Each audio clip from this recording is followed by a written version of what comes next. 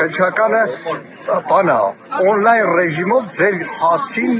վայիս ալինում այսպես ասեմ քնչականը դարել է լրատվական եւ այն զենքերը որ ցուցադրել է այդ զենքերի մեջ կան այդին առնվազն 1-2-ը ես գիտեմ որ տղեկի մոտից վերցրել են օրինական զենքեր են վաու անօրինական որևէ բան չկար դրանց Պարոն մի ցուցակ է հրապարակվել որտեղ կառավարության կազմ է ներկայացված այս մասին ինչ կարծիք ունեք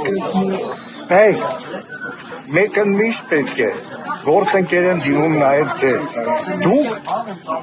այդ ծառայամիտ քննիչների խոսնակները չեք իրենք ձևակերպում են որ գաղտնիությունը նշանակում է քրեական գործի որևէ փաստական տվյալ չեն հրապարակում բայց իրենք ամբողջությամբ աշխատում են մանիպուլյացիայի մեջ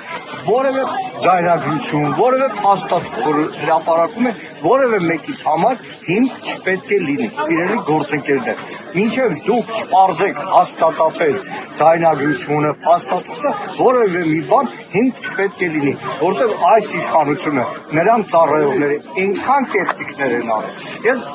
այսօր գործընկերների մի օրինակ եմ ասում մի տարի առաջ Ղևոնդյան հրաչանունով քաղաքացու ձերբակալի հանրային եթերով լուրերով Լևոն Քոչարյանի անուն իբր ձայնագրություն է իբր էլի մահապորտ էր ինչ է մի տարի անցել է մեկը դեռ գնացել հարցրեք ինչ եղավ գործը կարճել է զերո իսկ իրենք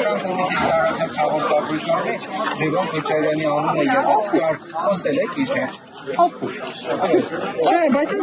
նորից եմ կրկնում քնչական կոմիտեն որ ես եմ տեսնում թե ինչպես է ծառայում մի փաստ մենակ Նիկոլ Փաշինյան ազգային ժողովի դահլիճում նստած այս ստատուս գրելուց հետո քնչական կոմիտեն քրեական գործ արում այնտեղ քնչական կոմիտե չկա Պագոն չկա, ուսադիր չկա եւ ուսադիրի պատիվ չկա։ Այնտեղ կա լոկ մեկ բան՝ ծառայություն։ Ժամանակավոր է իհարկե, բայց ծառայություն։ Թող տեսնեն, այսինքն, այդ նույն քննիչները այսօր թող մեկ է հարցն է, Արգիշտի Քարամյանը ուր է։ Սասուն Խաչատրյանը ուր է։